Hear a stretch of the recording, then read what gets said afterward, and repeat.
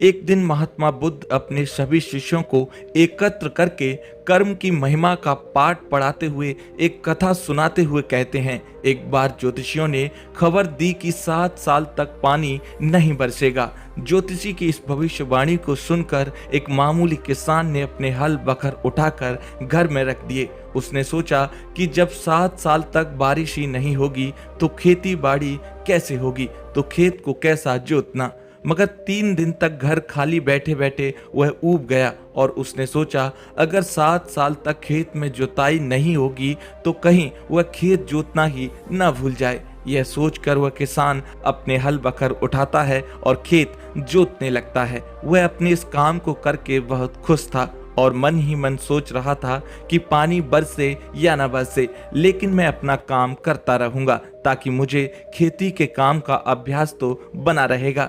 यही सोचते सोचते जब वह अपने खेत को जोत रहा था तभी आसमान में बदली दिखाई दी। किसान ने सोचा, ऐसी बदलियां तो कई बार बिन बरसे चली गईं, तो यह भी कहां बरसने वाली है। और वह बिना बदली की ओर देखे अपना खेत जोतता रहा। तभी आसमान से बदली ने उस किसान को पुकारा और कहा, अरे ओ मूर्ख, तुझे पता नहीं कि 7 साल तक कोई भी पानी नहीं बरसेगा? क्या तू इस भविष्यवाणी से अनजान है? जो फिजूल में इतनी मेहनत कर रहा है, अपने खेत क्यों जोत रहा है?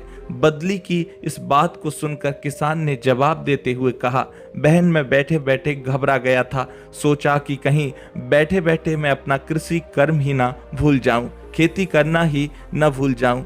इसलिए पानी बरसे या ना बरसे, हल बखर चलाना तो याद रखना ही होगा। 7 साल बहुत हैं, इसलिए मैं अभ्यास कर रहा था और करता रहूंगा।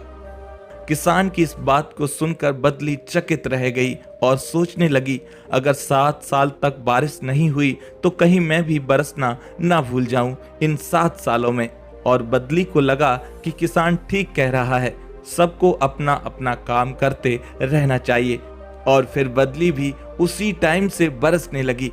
किसान की मेहनत रंग लाई, भविष्यवाणी गलत साबित हुई और किसान को अपने कर्मों का फल मिल गया। होती बारिश को देख किसान की खुशी का ठिकाना नहीं रहा, वह खुशी से झूम उठा।